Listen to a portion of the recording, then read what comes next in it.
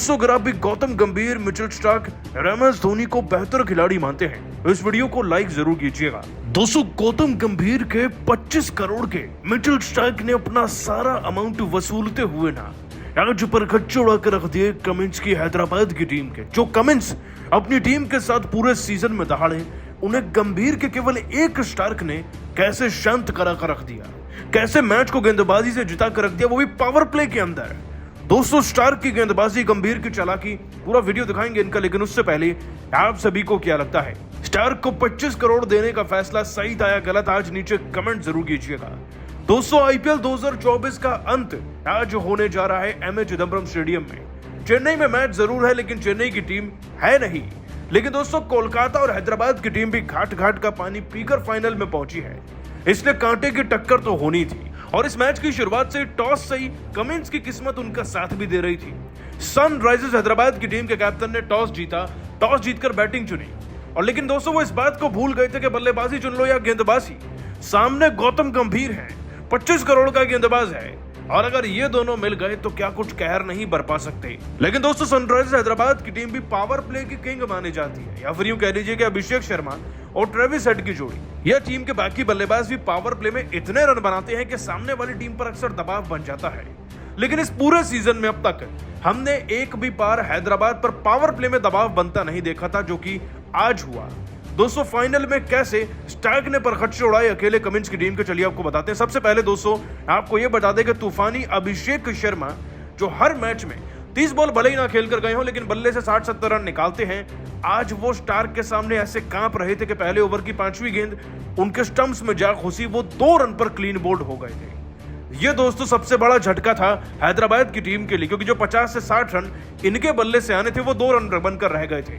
और Travis head वो तो एक भी रन नहीं बना पाए थे। प्रेशर इतना ज्यादा था कि पहली गेंद जब वो वैभव अरोड़ा की खेलने लगे तब दोस्तों इस गेंदबाज ने ना कमाल कर दिया। पारी के दूसरे ओवर की आखिरी गेंद पर इन्हें 0 पर आउट कर दिया, गुरबाज के हाथों कैच आउट कराकर। हाँ दोस्तों आगे चलकर मैदान में राहुल त्रिपाठी जो कि एक प्रोमिनेंट बैट्समैन है इस टीम के, वो 13 गेंदों में 9 रन बना चुके थे, लेकिन आंकड़े और स्ट्राइक रेट उनके साथ चल नहीं रहे थे, वो भी प्रेशर में थे और स्टार्क इस बात को भांप चुके थे।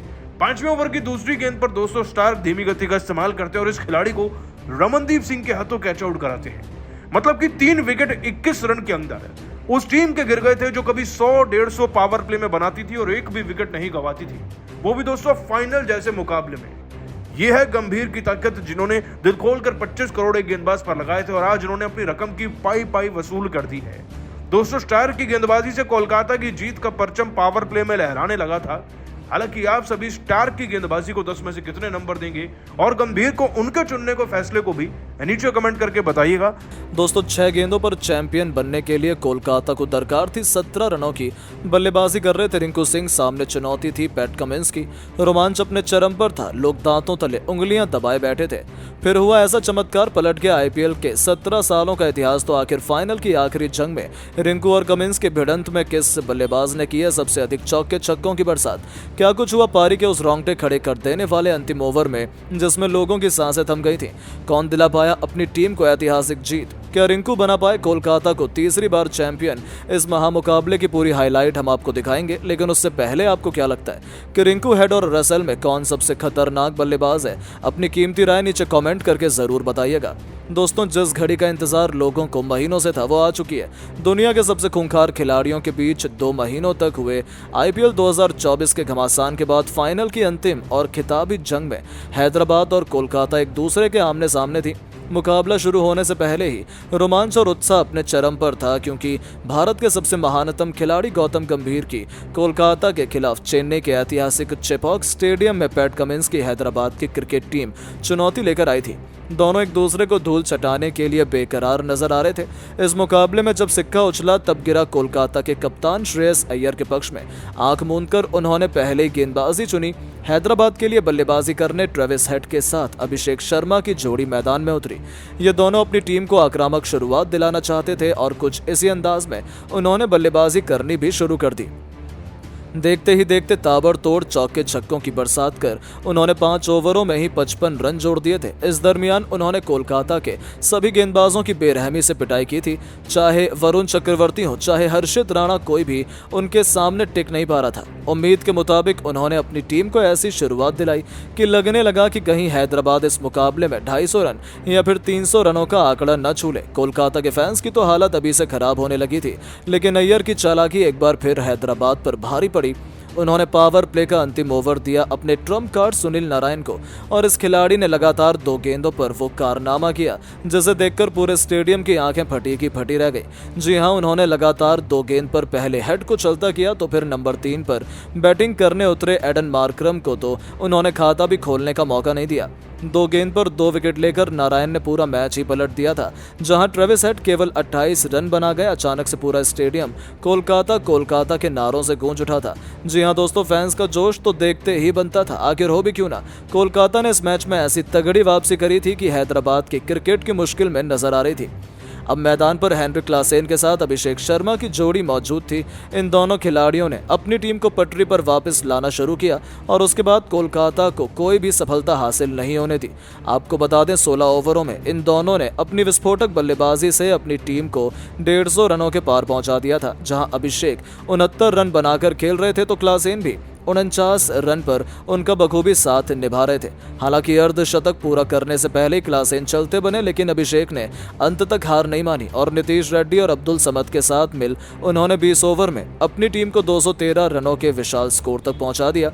अंतिम कुछ ओवरों में तो अभिषेक ने मैदान पर ऐसा गदर मचाया कि गंभीर तक के पसीने छूट गए। जी हां दोस्तों, अभिषेक शर्मा ने ऐतिहासिक पारी खेलते हुए केवल 55 गेंद पर ही 106 रन ठोक डाले थे, जिसमें 9 तूफानी छक्के भी शुमार थे। इसी के साथ उन्होंने अपने आईपीएल करियर का पहला शतक भी जारी कर दिया था, वो भी फाइनल जैसे मौके पर। तो वहीं अब्दुल समद ने भी 14 गेंदों पर 29 रनों की आतिशी पारी खेली थी।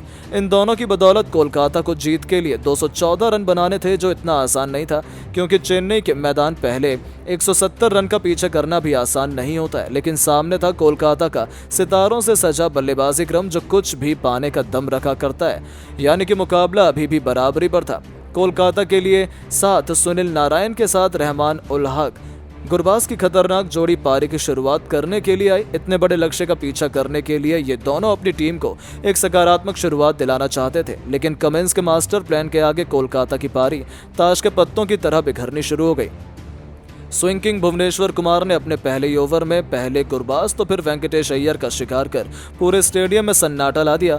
कोलकाता की तो हालत खराब हो गई थी दोस्तों। भुवी ने पहले ही ओवर में उनकी कमर तोड़कर रख दी। यहां से किसी एक बल्लेबाज को टिककर बल्लेबाजी करने की जरूरत थी। फिर कप्तान श्रेयस अय्यर ने टीम की जिम्मेदारी अपने कंधों पर उठाते हुए आतिशी बल्लेबाजी करनी शुरू कर दी और सुनील नारायण के साथ मिलकर उन्होंने अर्धशतकीय पार्टनरशिप कर पारी को पटरी पर वापस ला दिया। अचानक से यह मुकाबला पलटने लगा था। अय्यर की पारी को पटरी पर वापस ला दिया और अय्यर ने पलक झपकते ही अपना अर्धशतक केवल 29 गेंदों में ही पूरा कर कमिंस की हालत खराब कर दी थी।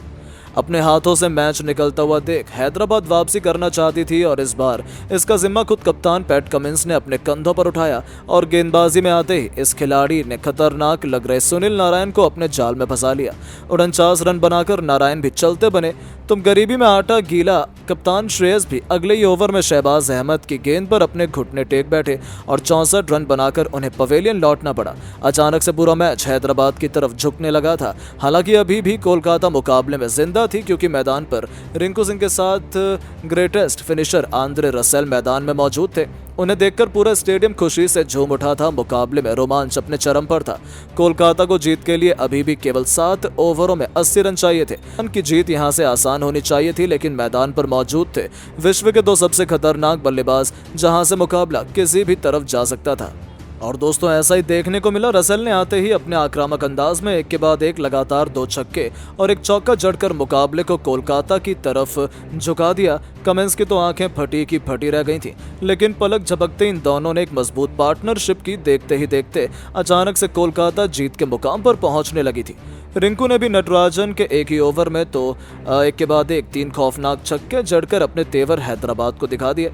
तो उनकी विस्फोटक बल्लेबाजी से मुकाबला अंतिम ओवर में चला गया, जहां 6 गेंदों फिर मिनी हेलीकॉप्टर उड़ान भरने को तैयार थे। रिंकू अपने अर्धशतक के करीब थे, वो 40 रन बना चुके थे। अंतिम ओवर लेकर आए कमिंस की पहली 2 गेंदों पर रसेल ने चौके जड़ दिए। पहले उनके पॉइंट्स के क्षेत्र में फील्डर को छगाया, तो फिर मिड विकेट के ऊपर से जब उन्होंने शॉट खेला तब फील्डर से गेंद की रेस हुई, लेकिन अंत में गेंद बाउंड्री तक पहुंच गई और रसेल ने 2 गेंदों पर 2 खतरनाक चौके ठोक अंतिम ओवर की शुरुआत। जबरदस्त तीसरी गेंद पर उन्होंने 1 रन लेकर कोलकाता की जीत को लगभग सुनिश्चित कर लिया था।